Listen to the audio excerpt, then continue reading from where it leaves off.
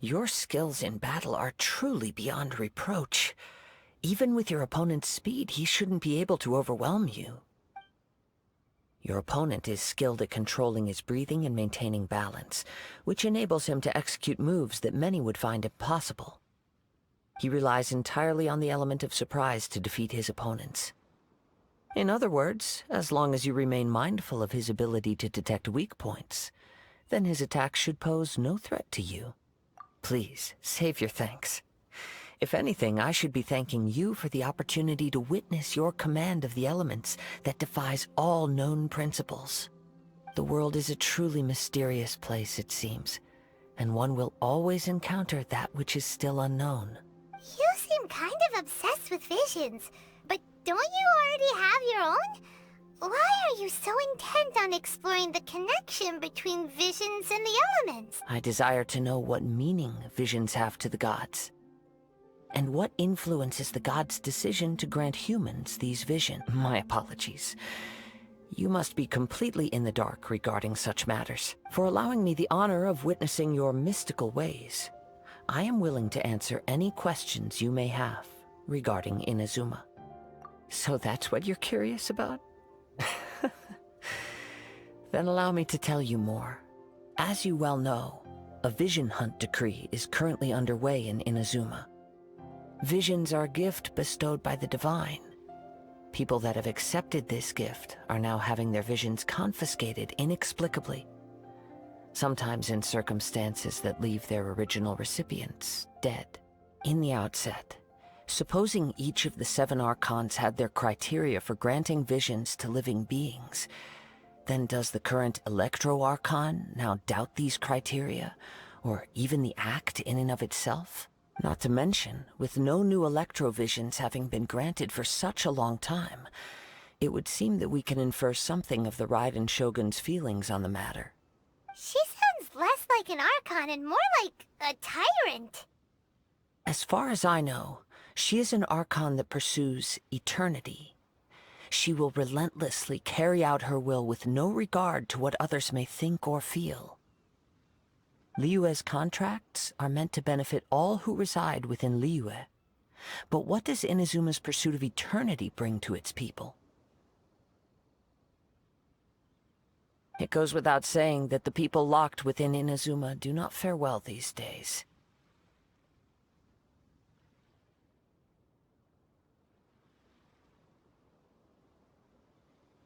Sounds a lot like something the god you encountered in the beginning would do. Have you encountered the Electro-Archon before? With time, we will change, but the Shogun will remain the same. If you wish to find her, she will forever be there. There will come a day when I too shall wish to understand the answers to eternity from her. Ah, the time for your match is approaching. Oh, right! We got so distracted talking about Inazuma that Paimon forgot all about the tournament! If you have no other matters to attend to, then we can return together. Very well, let's go. I wish to see who will obtain the vision. We've got no other choice. If he doesn't show up, we'll just have to postpone the match. Wait a moment. Something doesn't seem right about this. Captain Beidou, perhaps we should check on the prize. Traveler, come with us. Huh? Did somebody steal it? Who would dare do so? We don't know when it was taken exactly. I never thought that someone here would have the guts to cross Captain Beidou. No need to worry. Even the craftiest sleight of hand does not escape nature's watchful gaze. The culprit has only acted recently. They will not have gotten far. The vision was the prize that I had offered, and it was my responsibility to look after it. I will be certain to get it back. Well, if you insist. I'll leave the matter to you then. I'll stay here and try to offer some explanation to all the spectators that came to see the match. If you would, please come with me. But we're on an island. Where could he have possibly run to? Come with me. I can sense the winds are coming. You caught up with me? How is that possible? I had even prepared a boat to ensure a quick getaway, and still you caught up to me! No boat could ever match the speed of the wind. The wind? What are you talking about? Oh, I get. Drat! If I only had a vision! Or, if I could activate this one, then you'd never be able to catch me! This has nothing to do with visions. You may be skilled at vanishing from a crowd, but it seems you know precious little about how to conceal yourself from nature's gaze. Additionally, your chosen escape route was flawed for reasons that are too numerous to go into, and on top of that, I could hear your boasting and proud laughter in the wind as I was pursuing you. In other words, you failed to meet any of the basic criteria for a grand heist, namely speed, stealth, and style. You... But most disappointing of all is the state of the vision in your hand. It appears that the vision doesn't respond to human desire indiscriminately. Fine! Fine! I admit it. I've had my eyes on this vision for quite some time now. I decided to register after hearing that this fighting contest was full of a bunch of lousy fighters. I fought my way to the finals and... Aha! So you were supposed to be our opponent. I'd intended to win the contest through skill alone all along. But then you showed up. After watching the semifinals, I knew that I didn't stand a chance. But I wasn't about to give up on the vision so easily after coming all this way. Since there was no use in trying to face you in the match, I decided to put my skills to good use while everyone's attention was on you and Beidou. I was convinced I'd prepared thoroughly for my escape, but somehow you still managed to catch up to me. Drat. This should have gone differently. I know an empty threat when I hear one. Fine. But you'd better mean it. It didn't activate once I took it anyway. It's nothing but a useless shell to me.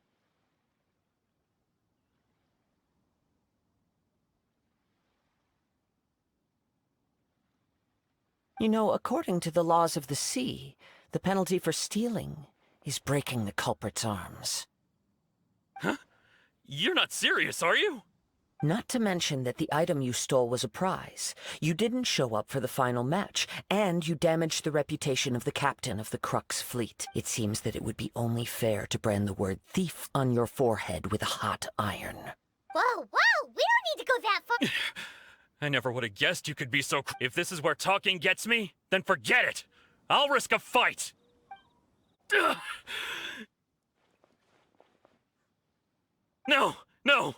Do what you want, but please, don't brand my forehead, please! He has persevered to the bitter end, and now death looms near. Yet still the gods do not bestow their favor upon him. Put down the vision and leave. I've changed my mind. No further punishment for you. Huh? What's wrong? Are you asking for more punishment? It's up to you. Such willingness is commendable, and fits the way of the samurai. No need for that. Thank you for releasing me. Huh? Paimon doesn't get it. Were you just trying to scare him? I take no pleasure in frightening others. I was just testing all possibilities while the vision remained in his hands. When people are forced into a corner, that is when their greatest strength will appear. I thought it may be an opportunity for him to awaken the vision. But unfortunately, nothing happened. Yes, I wanted to know whether it were possible for an extinguished vision to be reawakened. From the moment he stole the vision, I decided to use him for this experiment. I've tried many other methods in the past, though few tales tell of a masterless vision reawakening. After seeing you command multiple elements, I figured that nothing is impossible. Come, why don't you give it a try? Let's... The vision didn't seem to respond at all. I see. So you are also unable to rekindle the vision. No matter.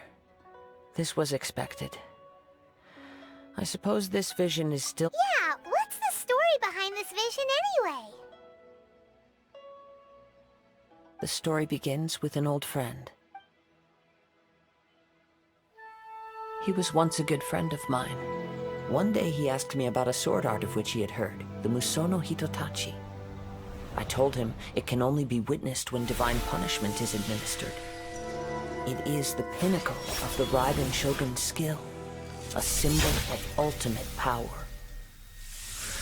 But he replied, there must be one who can withstand it. There will always be those who dare to brave the lightning's glow. Then, the Vision Hunt decree arrived. People's aspirations were stripped away as the Raiden Shogun began to construct her ideal of eternity. While I was fleeing from place to place, I heard that my friend had challenged the Vision Hunters to a duel before the throne. A solemn yet brutal challenge. The defeated face divine punishment, while the victors gain a second chance. Perhaps he thought he of all people should make a stand. Coming face to face with the Musono Hitotachi was all that he truly desired, after all. When I arrived at Tenshukaku, the duel was over. I heard his sentence of divine punishment, his severed blade hitting the ground. Perhaps that was the glory he had yearned to witness. In his last moments, what expression was on his face? Before I knew it, I had stepped forward and snatched the dying vision and was running from the scene. All I knew was that I mustn't let his hope, which burned so brightly, become buried among the ice-cold statue of a god. Perhaps one day, I may come to find that all I have done is meaningless. But as a wandering samurai, I find meaning in traveling and the sprawling beauty of nature that lies along the way, while still retaining the warrior way in my heart. Kazuha! It's just another way of saying I do as I please. All right then, it's time we returned. Allow me to gather the wind for us once more.